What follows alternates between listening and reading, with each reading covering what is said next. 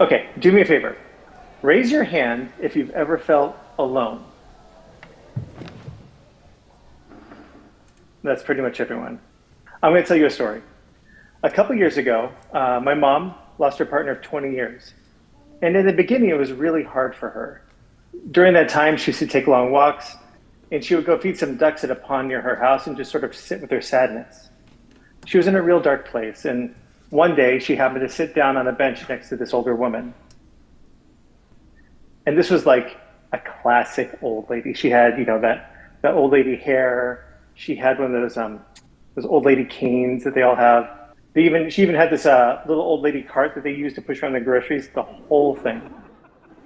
And after a while of my mom sitting there, sort of tossing breadcrumbs to these ducks and just feeling worse and worse about herself, this old woman leaned over and she said, "I know what it's like to feel alone." And she gently put her hand on my mom's hand. And my mom noticed the faint, pale outline on her ring finger where a wedding ring used to be. Then they both quietly fed the ducks together, still alone, but alone together. And that's all. No quick fix, no pep talk, no magical ending. My mom didn't have to say anything. The old woman drew from her own past experience, made herself vulnerable, and acted. The old woman had been there before, and she let my mom know that even though she felt alone, she wasn't. And that's called empathy. Let me clear up a misconception. Empathy is not an emotion. Emotions are what? Happiness, sadness, fear, disgust, anger, surprise. These are nouns, these are things. Empathy is an action. Empathy is the ability to understand and share the feelings of one another. It's a superpower that anyone can build, but sometimes it takes a little bit of practice. There are three types of empathy, all right? Three, and they all work together. The first is called cognitive empathy. Cognitive empathy is like, look at that old lady sitting on a bench alone, feeding ducks alone. I think she might be lonely. Emotional empathy, number two, emotional empathy is like, oh, you're lonely? I've been lonely. I know what that feels like and I don't like it. I can sense that you don't like it either.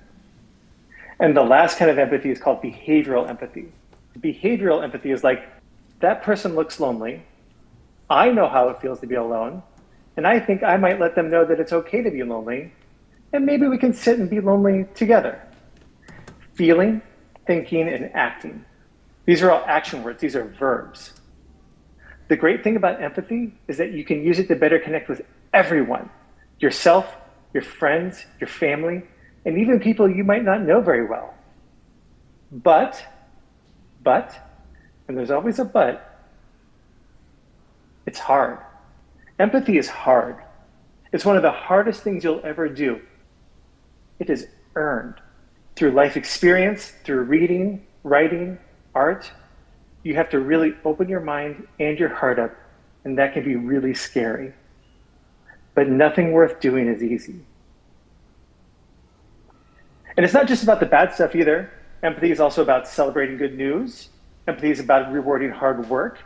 Empathy is when everyone in the concert is singing and screaming with one voice and 15,000 strangers are able to connect on an emotional level. Empathy is sharing this moment right now with you.